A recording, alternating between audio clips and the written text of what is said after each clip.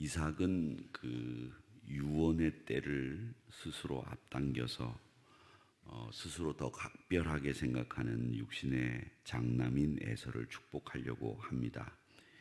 야곱은 또 하나님의 때를 기다리지 못하고 동물 가죽과 또 형의 옷을 뒤집어 쓰고 그 축복을 가로채려고 합니다.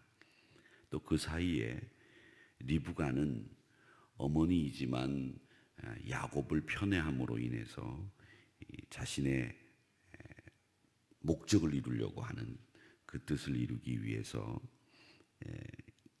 야곱이라고 하는 아들이 축복을 받도록 권모술수를 쓰게 되는 이런 과정들이 오늘 계속 드러나고 있습니다.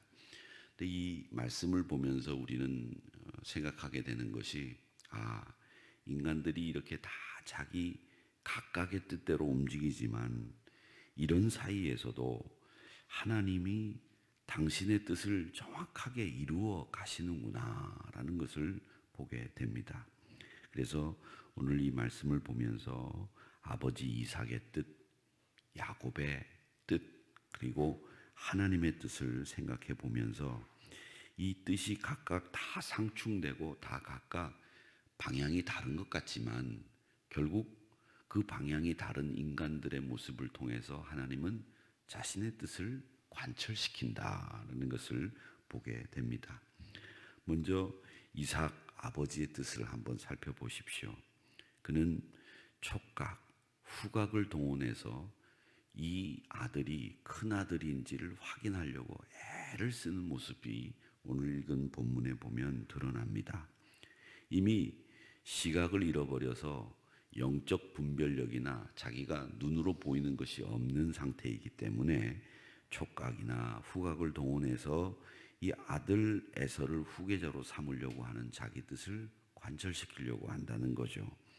어두운 눈에서도 잘할 수 있었다, 이렇게 하나님의 평가를 받고 싶었겠고, 또 우리가 눈이 보이지 않고 우리의 능력이 쇠퇴하게 되면 그 때일수록 우리가 해야 될 일은 뭐냐면 하나님을 의지하는 일, 하나님의 말씀에 순종하는 일을 더 힘써야 되는데, 우리가 우리의 능력을 쇠퇴해가는 그 모습을 보면서도 자기 의지를, 자기 뜻을 관철시키려고 하다가 낭패를 당하는 모습을 우리가 보게 됩니다.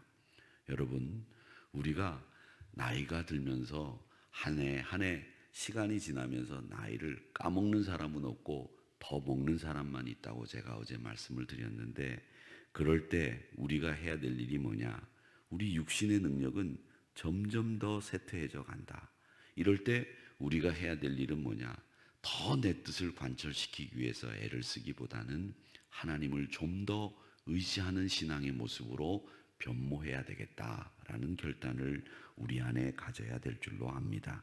그렇기 때문에 여러분, 이 눈이 쇠퇴해지고 결국 촉각과 후각으로만 그 아들을 구별하려고 했을 때 그가 하나님의 말씀에 순종하려고 했다면 얼마나 더 좋았을까라는 생각을 해보게 되는 거죠. 여러분, 삶에 거추장스러운 것도 있고 우리 삶에 어떻게 보면 우리가 해야 될 일들을 이루지 못한 것들이 눈에 보입니다. 그럴 때 몸부림을 치고 애를 쓰는 것보다는 하나님을 의지하는 것이 훨씬 더 우리 신앙생활에 도움이 된다라는 것을 다시 한번 이 이삭을 통해서 배우게 되는 겁니다. 어떤 성경학자들은 그런 얘기도 합니다. 이 이삭이 에서가 아니고 야곱인 걸 미리 알았다. 이건 모를 리가 없다. 한평생 자기 자식, 그걸 쌍둥이지만 큰아들 작은아들을 아무리 옷을 입었다고 아무리 털을 붙였다고 구별 못하는 건 있을 수 없다. 그러니까 저희들 눈에는 쌍둥이가 똑같아 보이지만 부모 눈에는 쌍둥이가 딱 보면 이 큰아들인지 작은아들인지 금방 구분이 되잖아요. 그렇게 구분이 되듯이 그 아버지에게는 아들이 분명히 눈이 안 보여도 구별이 됐을 거다. 그러니까 알고도 속아준 거다, 이렇게 이야기하시는 분들도 있습니다. 그러나 이삭이 이삭이 에서를 편애했고 어머니 리브가는 야곱을 편애했습니다.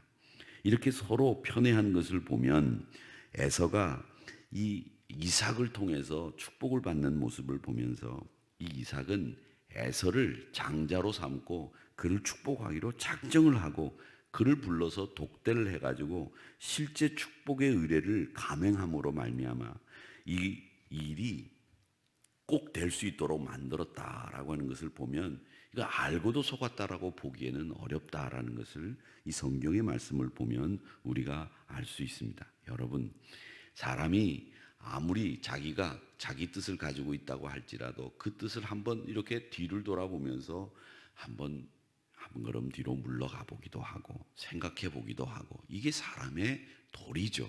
그런데 이삭은 그렇지 않았습니다. 그리고 무엇보다 이런 위장술에 속을 수 있었던 것은 그의 둔감해진 감각입니다. 여러분, 우리에게는 여러 가지 기능이 있지만 이 감각이라고 하는 것이 여러 가지 감각도 있어요. 그런데 그 감각 중에 제일 우리가 끝까지 살려두어야 될 감각이 뭐냐면 하나님의 음성을 듣는 예민한 감각. 이 하나님 앞에서의 예민한 감각은 여러분 놓치지 마시기를 바랍니다. 우리 믿음의 사람들이 이걸 놓치기가 굉장히 쉬워요. 그런데 우리가 그걸 놓치는 순간에 하나님하고는 단절이 됩니다. 아무리 기도를 해도 하나님의 음성을 들을 수 있는 이 감각이 둔감해지는 순간에 신앙은 쇠퇴한다라는 겁니다. 세상 사람들의 귀에, 세상 사람들의 말에 귀 기울이거나 관심 기울이는 것보다도 하나님의 음성에 우리의 감각을 더 발달시켜야 되겠다라는 생각을 해보시기를 바랍니다. 왜 여러분 그 훈련하는 것들 있잖아요. 보면은 뭐 와인을 감별하는 사람들이 이 혀의 기능을 통해서 와인이 어떤 맛을 가지는지 뭐 이걸 선별하는 사람들도 있더라고요. 그래서 그런 사람들을 와이너리라고 그렇게 얘기하는데 그 사람들이 무슨 너리가 있는지 모르지만 와이너리. 그래서 이 혀가 가지고 있는 그걸 가지고 쓴맛을 구별하는 데가 있고 단맛을 구별하는 데가 있고 신맛을 구별하는 데가 있고 우리 혀가 다 그렇대요. 모르셨어요? 그냥 현 줄 아셨죠? 우리는 매운맛, 쓴맛, 짠맛만 아는데 그런 맛만 있는 게 아니래요. 그렇게 그걸 감별사들은 그 혀의 감각을 개발하기 위해서 많이 애를 쓴다는 거죠. 그렇듯이 우리 믿음의 사람들도 말이죠. 영적 분별력을 더 예민하게 만들기 위해서 육적인 분별력보다도 하나님의 음성을 들을 수 있는 영적 분별력을 발전시키고 성숙시키기 위해서 신앙의 여러 가지 훈련들을 해보시고 또 하나님 앞에 소통을 그치지 않는 저와 여러분이 되기를 바랍니다.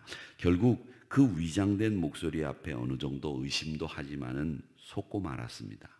분별하지 못하고 신중하지 못하고 손의 감각이 기능이 저하가 됐습니다. 결국 이렇게 되고 말았다는 겁니다. 여러분, 듣는 것이 진리의 원천입니다. 신명기 4장 12절 말씀에도 그렇게 얘기를 하고 있어요. 들어야 된다. 믿음은 어디서 또부터 시작이 됩니까? 들음에서부터 시작이 되는 겁니다. 그렇기 때문에 우리 믿음의 사람들은 항상 하나님 앞에서 내가 무엇인지를 꼭 알고 어떤 위치에 있는지를 알아야 되는데 그 위치를 망각하니까 자기 뜻대로 이런 일들을 하게 된다는 거죠. 이삭이 이 야곱을 자기는 에서를 축복하는 줄 알고 야곱을 축복하는데 27절의 말씀에 보면 내 아들의 향취는 여호와께서 복 주신 밭의 향취로다 이렇게 돼 있는데 밭에라고 하는 이 밭이라고 하는 말은 들이라는 말과 같은 말이 됩니다. 그래서 네가 들에서 축복을 받는다라는 말이 되는데 결국 이 들에서 축복을 받는다는 아버지의 축복이 어떻게 되느냐? 그대로 이루어집니다. 외삼촌 라반의 집에 갔을 때 야곱이 어떻게 합니까? 목동이 되죠. 그래서 거부가 되지 않습니까? 이 말은 뭐냐면 아버지의 축복이 이 아들 야곱에게 그대로 이루어져서 거대한 부자, 목동 부자가 되는 야곱의 모습을 보면서 이 탁월한 부자로 성장하게 되는 축복의 말씀이 그대로 이루어지는구나라는 것을 보게 됩니다. 하나님께서 아버지들, 부모에게 주신 특권은 바로 자식을 향한 축복권을 가지고 있다라는 것을 배우게 되는 겁니다. 그리고 이삭이 부지 중에 빌어준 이 복으로 말미암아서 이 복이 어떤 복이냐라는 것을 생각해 보셔야 돼요. 여러분, 이건 아브라함에게, 이삭에게 하나님이 약속하신 복입니다. 이 약속하신 복을 그대로 모르는 가운데 부지 중에 이루어지게 된다라는 거죠. 인간의 술수로 속이고 가로챈 축복이었지만은 하나님의 계획에서는 한치도 벗어남 없이 하나님의 뜻이 사람의 뜻과 배치될지라도 결국 하나님이 그 인간의 연약함과 약함을 통해서 하나님의 뜻을 확연하게 보여준다라는 것을 우리가 보게 됩니다. 자, 그러면 아버지 이삭은 그렇게 자기의 뜻을 관철시키는 모습을 볼 수 있는데 야곱은 어떤 뜻을 가지고 있었는가 보면 서열에 먼저 밀렸어요. 형이 있습니다. 자기는 동생이에요. 그리고 형은 들에서 사냥을 하는 아주 활달한 기질의 사람이었지만 자기는 부엌에서 밀려서 어머니의 치마폭에서 살았습니다. 그리고 형의 냄새를 갈취하고 형의 옷을 가로채 가지고 입고 아버지의 축복을 받는 사람으로 등장합니다. 창세기에서 우리에게 보여주는 약속이라고 하는 것은요, 다 기다려야 되고, 창세기에서 하나님의 축복은 다 항상 하나님의 약속을 믿는 사람에게 주어지는 것이었습니다. 아브라함이 하나님으로부터 약속을 받지 않았습니까? 야, 하늘의 별 봐라. 예, 봤습니다. 셀 수 있니? 못 셉니다. 저 수만큼 네 자손들이 번성하게 될 거다. 그렇게 말씀하고 난 뒤에 그 약속이 바로 이루어졌습니까? 아니에요. 거기엔 이 아브라함의 기다림이 필요했다는 거죠. 그래서 그 기다림을 이기지 못하고 기다림을 견디지 못하고 하갈을 불러들이고 또 마음속에 불만이 생겨서 하나님이 그 약속을 이루어준다는데 하나님, 내가 다메섹의 종 엘리에셀을 상속자로 삼으려니까 그리하십시오. 그렇게 항변하지 않습니까? 거기에 뭐가 있었느냐 하면 기다림이라고 하는 게 있었는데 이 기다림을 이 아브라함도 견디지 못하고 참지 못하고 기다리지 못했어요. 하나님의 약속에는 항상 기다림이 있습니다. 하나님의 약속에는 거기에는 믿음으로 인내하는 게 필요한데 조바심, 눈에 보이는 현실 문제, 이걸 우리가 가지고서 조바심을 치고 현실의 문제 앞에 그냥 어쩔 줄 몰라 하는 인간의 술수를 쓰면서 우리가 서게 되면 그 약속이 이루어지는 걸 결국 못 보거나 약속이 어그러지는 일들을 우리는 경험하게 된다는 겁니다. 여러분, 오뚜기라고 하는 게 있죠. 오뚜기는 넘어뜨리면 다시 일어나고 넘어뜨리면 다시 일어나는 건데 하나님의 뜻은요, 아무리 인간이 넘어뜨려도 다시 오뚜기처럼 탁탁 일어나는 게 하나님의 뜻이고 우리의 믿음의 탄성이에요. 여러분도 마찬가지입니다.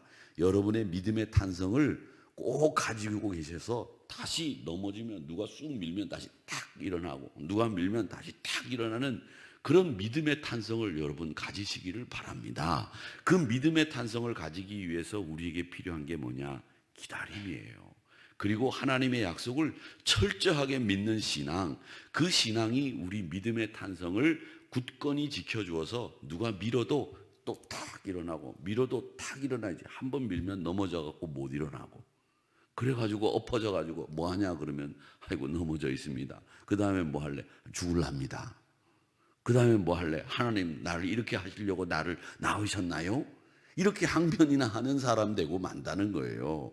그렇기 때문에 사랑하는 성도 여러분, 믿음의 탄성 그걸 꼭 지키시는데 저는 그 믿음의 탄성을 지키기 위해서 우리에게 필요한 건 바로 뭐냐? 하나님의 약속을 기다릴 줄 아는 믿음을 확신하고 의지할 수 있는 이 자세가 우리 믿음의 탄성을 굳건히 만들어 준다라는 것을 오늘 이 야곱을 통해서 또 배우게 되는 겁니다.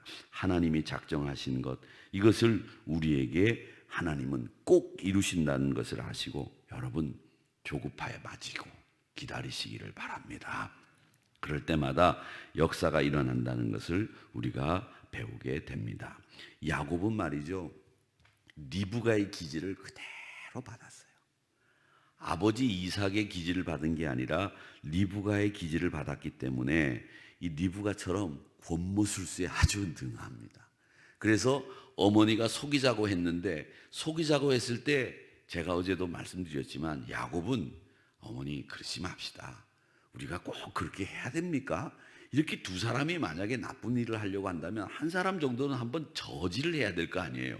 근데 두 사람이 공모를 했는데 엄마가 제안을 하니까 아들은 더 적극적으로 나서는 거예요. 이러면 일이 그르치는 거예요. 여러분, 한 사람이 누가 나쁜 일을 공모한다든지 어떤 일을 하든지 간에 한 사람은 한번 다시 생각해 보자, 이렇게 이야기하는 게 꼭 필요한 거예요. 그러니까 여당만 필요한 게 아니라 가끔 야당도 필요해요. 그 야당이 한 번만 더 생각해 보세요. 그러면 여당도 그래 알았다 한번 생각해 보자, 이렇게 해야 되는 거예요. 그러니까 집에서도 마찬가지예요. 아버지가 하자 그러면 어머니는 한 번만 더 생각해 보세요 여보, 이렇게 얘기하면 아들들은 아 그래요 아버지, 오늘 아니고 내일 하면 되지요, 이렇게 생각해 가지고 서로 의견을 잘 절충하면 되는데, 가자 그러니까 그래요? 그러면 아예 그냥 보따리 싸고 다 이사 가죠, 이렇게 이야기를 하니까 일이 그르치게 된다는 겁니다. 사랑하는 성도 여러분, 그렇기 때문에 항상 우리 믿음의 사람들은 실수나 또 조급함 때문에 우리가 일을 그르치지 않기 위해서 한 번쯤은 더 생각하는 일, 이것이 우리에게는 꼭 필요하다. 우리가 하나님의 뜻을 놓칠 때는 없는가, 이런 것을 생각해 볼 필요가 있다는 겁니다. 자, 마지막으로 하나님의 뜻을 생각해 볼까요? 하나님의 뜻, 인간은 저마다 자기 뜻을 성취하기 위해서 완전히 엎치락 뒤치락 뒤엉켜 가지고 하나님의 뜻하고 상관없이 지금 흘러가고 있지 않습니까? 그런데 형이 동생을 섬길 것이다 라고 하는 하나님의 말씀이 그대로 이루어지지 않습니까? 그리고 아버지의 가짜 축복인데도 그 축복이 그대로 이루어지는 것을 우리가 보지 않습니까? 결국 우리 인간의 저마다의 뜻이 엉켜서 흘러간다고 할지라도 결국 하나님의 뜻이 이루어진다. 그 하나님의 뜻대로 원점으로 돌아가고 하나님의 뜻대로 하나님의 모습이 그대로 드러나는 것을 우리가 볼 수 있다라는 겁니다. 여러분, 이 세상이라고 하는 것은 말이죠, 우리가 하나님의 뜻을 알아내는 일이 필요한 것인데, 이 세상에서 우리 눈에 보이는 것 때문에 하나님의 뜻을 저버렸다가는 큰 코만 다치는 거고요, 결국 하나님의 뜻이 드러나는 일밖에는 남지 않는다라는 겁니다. 그러니까 우리 믿음의 사람들은 항상 생각해야 됩니다. 내 뜻을 꺾어야 하나님의 뜻이 보이고, 내 눈이 닫혀야 영적인 눈이 열리게 되는 것이고, 내가 영적인 눈이 열려 하나님의 세계를 바라보게 될 때 내 가지고 있는 내 세계가 이게 아무렇지도 않게 하나님의 약속을 의지할 수 있는 그런 세계가 열리게 된다라는 겁니다. 저는 이 말씀을 가만히 생각을 해보면서 어떤 생각을 했느냐, 이삭, 리브가, 야곱, 이 세 사람이 가족이 맞다라는 생각을 했어요. 아침에 제가 가만히 생각을 해보면서 이삭, 야곱, 리브가 가족이 맞아. 왜? 이 세 사람이 똑같아요. 다 목표지향적이에요. 이삭도 사실은 어릴 때 그 사람이 아버지 손에 이렇게 묶여가지고 모리아산에서 제물로 드려질 때 나이가 26에서 7살 정도 됐을 거라고 성경학자들은 추측하거든요. 그때 이 이삭이 아버지가 나이가 벌써 100살이 넘어서, 그러면 아버지는 100세 이삭을 낳았으니까 아브라함은 127이에요. 126이거나. 그럼 아버지가 아무리 오래 산다고 하더라도 120살이 넘은 아버지가 아들 27살 먹은 그 힘 있는 청년을 묶는다는 게 말이 돼요? 안 되죠. 그러니까 이삭도 믿음이 있었기 때문에 아버지에게 순순히 묶였다는 거예요. 자, 그런 믿음이 있었던 이삭입니다. 그러니까 이삭도 믿음이 없었던 사람 아니고요, 영적 분별력이 없었던 사람이 아니에요. 그런데 그의 믿음을 보면 이 사람도 굉장히 우직하고 목표지향적이에요. 내가 하나님의 재물이 돼. 그래, 내가 지금 죽는 한이 있어도 하나님의 재물 되겠다. 이런 생각이 있으니까 127살 먹은 아버지 손에 묶였죠. 그런데 그가 영적인 분별력을 잃어버리니까 그가 가지고 있는 장점이 단점이 되고 말았고요. 허물이 되고 말았잖아요.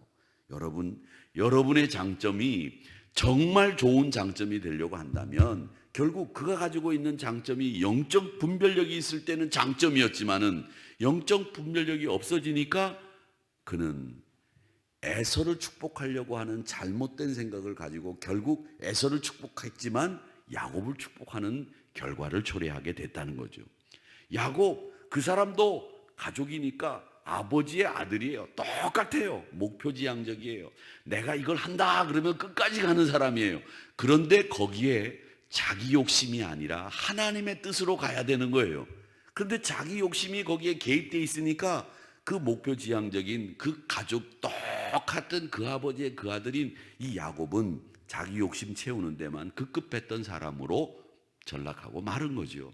리브가는 안 그렇습니까? 이 리브가는 보통 여자가 아닙니다. 저는 성경에 나오는 인물 중에 롯도 그렇고 에스더도 그렇지만 제일 힘센 여자, 영향력 있는 여자를 꼽으라 그러면 저는 리브가를 꼽을 수밖에 없다고 생각합니다. 첫 번째가 리브가예요. 첫 번째가 남편도 속이고, 그죠? 남편도 한눈 팔지 못하게 하고, 이런 여자가 어디 있습니까? 그리고 또 엘리에셀이 찾아와 가지고 자기를 며느리 삼으려고 하는데 거기서 아버지가 뭐라고 얘기하느냐? 딸아, 조금 있다가 가라. 한 며칠 있다가 가면 안 되겠니? 그랬더니 리브가가 뭐라고 그랬는지 아십니까? 아버지, 저 내일 가야 되겠어요. 이렇게 이야기를 하고 길 떠난 사람이 리브가예요. 여러분 아세요? 그런 여자예요. 모르셨죠? 리브가가 그런 사람입니다. 그런데 권모술수까지 더해지니까 이 목표지향적인 이 여자가 잘못된 일을 서슴없이 하게 되지 않느냐라는 것을 우리가 보게 됩니다. 그래서 우리가 가지고 있는 이 장점이, 저는 아침에 그런 생각을 했어요. 우리가 가지고 있는 이 장점이 하나님이 주신 영적인 능력이 더해져야 이게 장점이 되는데, 장점이 영적인 능력이 사라지게 되니까 다 자기를 망치는, 그리고 갈등을 불러일으키는 단점들이 되고 말지 않느냐라는 것을 오늘 이 말씀을 통해서 배우게 되는 겁니다. 그러나 우리 하나님은 어떤 분이시냐? 저는 우리 하나님을 볼 때마다 참 좋으신 하나님이 자식을 편애하는 부모, 자기 이익을 위해서 무엇든지 하겠다고 하는 생각을 가지고 있는 자식, 그런 자식을 통해서도 하나님은 부정한 마음을 바꾸시고 깨어진 관계를 회복시키시고 결국 계획하신 모든 일들을 이루어 가시는 하나님을 우리가 이 말씀을 통해서 보게 되는 겁니다. 그래서 우리 하나님이 좋으신 하나님이신 거고요. 그래서 우리 하나님이 그 관계를 다시 회복시켜 주시고 그 관계를 통해서 하나님이 이 축복의 가문으로 만들어 가시는 것을 볼 수 있습니다. 좋으신 하나님, 그 하나님을 오늘도 사랑하시면서 승리하시는 여러분 되시기를 바라고, 다시 우리 한번 생각해 보십시오. 여러분이 가진 장점 위에 하나님께서 주신 능력을 더하셔서 그걸 진짜 장점으로 만들어 가시는 우리 성도님들이 다 되시기를 주님의 이름으로 축원합니다. 아버지